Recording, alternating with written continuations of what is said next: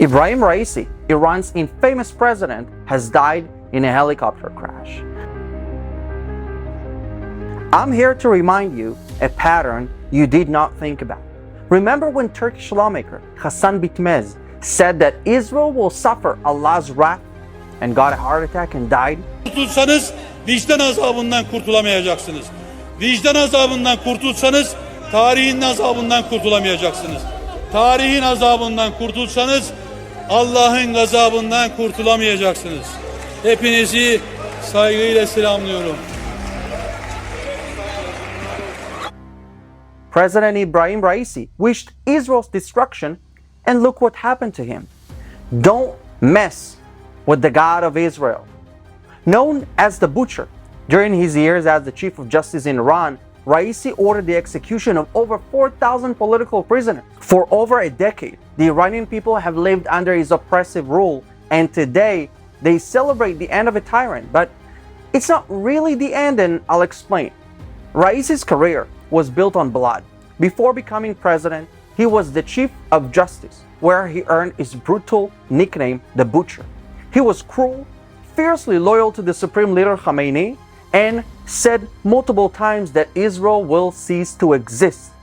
Well, guess who ceased to exist first? The crash occurred near Peretz Gan, 100 kilometers northeast of Tabriz. Raisi was accompanied by key figures, the foreign minister of Iran, the representative of the supreme leader in East Azerbaijan province, and the governor of East Azerbaijan province. According to Iranian law, new elections must be held within 50 days. But of course, when we say elections, we don't mean elections because there is no democracy in Iran and the vote of the people means nothing. On the streets of Iran, there are celebrations. Videos are coming out of Iran where fireworks are launched. Iranian people are rejoicing at the news of Raisi's death because for them this is not just the fall of a cruel dictator but the beginning of the end of a nightmare. Raisi's life was marked by violence and repression. As Chief of Justice, he played a key role in the 1988 mass executions of political prisoners. And let's not forget Flight 752. In 2020, the Islamic regime shot down a passenger flight 752 from Tehran to Kiev, killing 176 civilians. No one was held accountable. The families demanded justice, but the regime spat in their faces.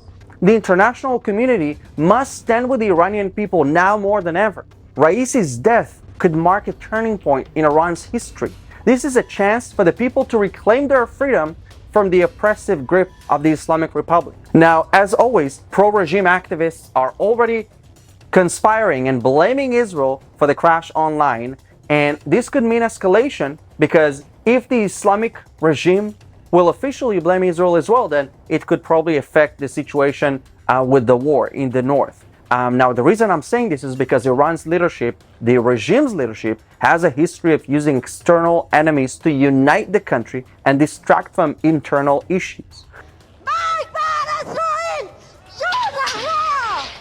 We need to be vigilant and prepared for any fallout, but I have to say that Iranian people know who is their enemy, and it's certainly not Israel. Raisi's death leaves many questions. Will the regime tighten its grip to prevent a power struggle? How will the supreme leader respond? The coming days and weeks will be critical in determining the future of Iran.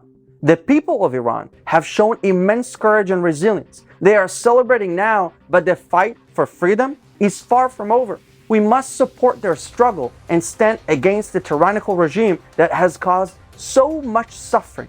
Raisi's approach towards Israel was always aggressive. He consistently called for Israel's destruction and supported militant groups like Hezbollah and Hamas. His death might change the dynamics in the region, but it could also lead to a short-term escalation as the regime seeks to reaffirm its strength. I believe that the Islamic regime will probably respond with increased repression at home and probably blame abroad. They will try to maintain control by any means necessary. So stay tuned and keep spreading the word. The fight for freedom in Iran is far from over, but with unity and determination, victory is within reach.